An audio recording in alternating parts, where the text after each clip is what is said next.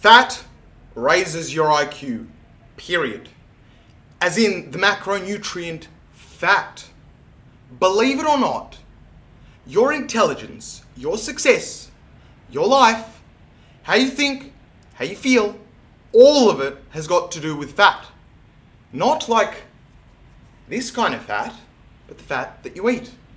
This video, crash course.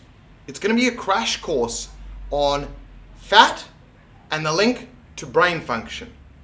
At the end of this video, you're going to know without the science, without the jargon, the actual reality of what you need and how to deal with fat to make sure you're the smartest version of you. I'm Andrew. Majority of my life, I've been overweight. I'm not tall, I'm not big, I'm not really muscular. I was between 90 to 120 kilos for majority of my life. In terms of pounds, that's a lot of pounds.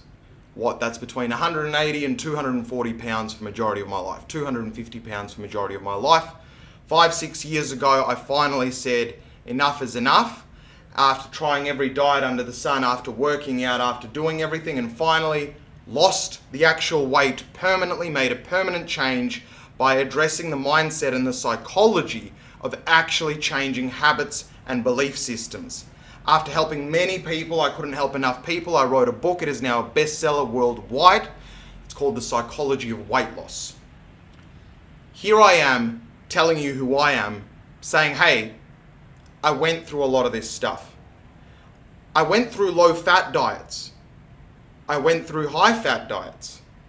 I went through altering my diet intake, altering where I got my fats from. Here's the simple thing. What you need to know about the macronutrient fat, the one that you eat, is it is directly responsible for brain function.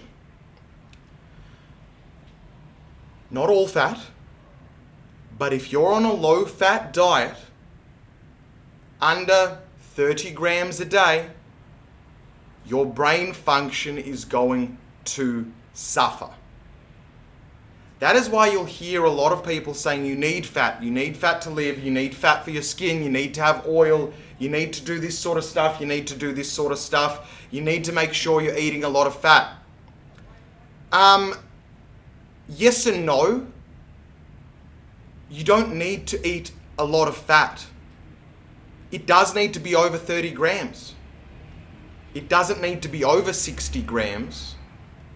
But also the fat doesn't need to come from burgers and fries.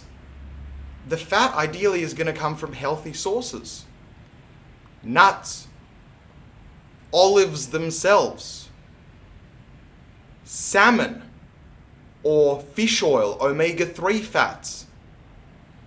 If you're finding that your brain function is slow, or you're finding that you're like getting patterns of, I'm just not as fiery, and what you'll think is it's because of your calorie deficit or because you're not eating a lot, count how much fat you're actually having, because majority of the time you're going to be under eating in your fat.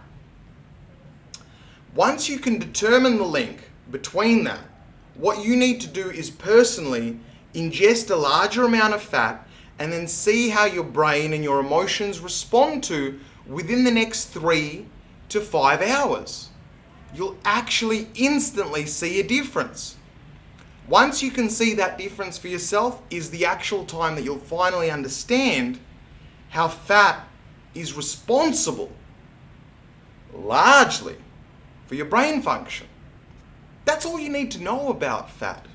You can scour the entire internet and they're going to go, oh, omega-3 this, and you should have this, and you should have unpasteurized, this oil, and you should have eggs, you should have that. All of that left me so confused and didn't allow me to make habit changes that allowed me for higher performance. It's about keeping it simple, stupid. Let's get down to the basics. Get your fat. Get your fat from multiple sources. Don't always get it from meat. Don't always get it from oil. Don't always get it from olives. Don't always get it from chocolate bars. Get it from different sources. Make sure you're never too low on fat. And also don't believe that if you have higher fat, your brain function will be any better. That's all you need to know about fat. What you do need to know in terms of weight is if you ingest fat and if you're eating in a higher calorie amount than what you're using during the day, then what you're going to find is that fat is very easy to store because it's already the macronutrient. It doesn't need to be converted into fat. It doesn't need to be converted into anything else. It's already ready to go for storage. So eating a lot of fat while in a calorie surplus, which means eating more calories than what you burn or use throughout the day, means it's going to be relatively easy to store. So fat is one of those things that you really do need to monitor, but a lot of people, including myself, when they go, oh, I'm just going to lose weight, they just go, okay, I'm just going to get rid of the fat. That's easy, I'm just going to get rid of the fat. Well, hang on. That's going to impact your brain function. You can't just play head in the sand, I'll just work out the simple answer on fat. You need to get responsible and you need to make sure you're having about 30 grams of fat a day at least. Have those. And then make sure that you're not having too much. It's really that simple. Monitor your current fat intake. That's what you do from here. Monitor your current intake about how much fat you're getting from your food over the next week. If it's too low, the next week, try and increase it. See how you feel. If it's too high, try and decrease it. See how you feel. That's how you make permanent habit changes. You address one thing at a time, you do it for a week, and then you do for a week another thing, and then you measure the results. Then you can go, well, this one was here, this one was here. The only thing that I changed was this. So therefore, I felt worse because of this, because that was the only thing I changed. So then you go, okay, well, I'm going to change this to here. Oh, I monitored, I felt better. Beautiful. I'm going to keep that change. And that's how you as a human being will grow. That's how you're going to really take your diet yourself. That's how you're going to have long-term habit change. Again, this is all explained in the book and in all other videos as well. That's the truth. I don't know if this truth hurts. It could hurt, depends of where you're at. But other than that, that's all you need to know. Fat does raise your IQ because too low fat, your brain function is going to be shit. You don't want shit brain function, but you also don't want to be fat. So make sure your fat intake is in a responsible range, anywhere between 30 to about 60 grams and from multiple sources. Much love. I'll see you in the next one.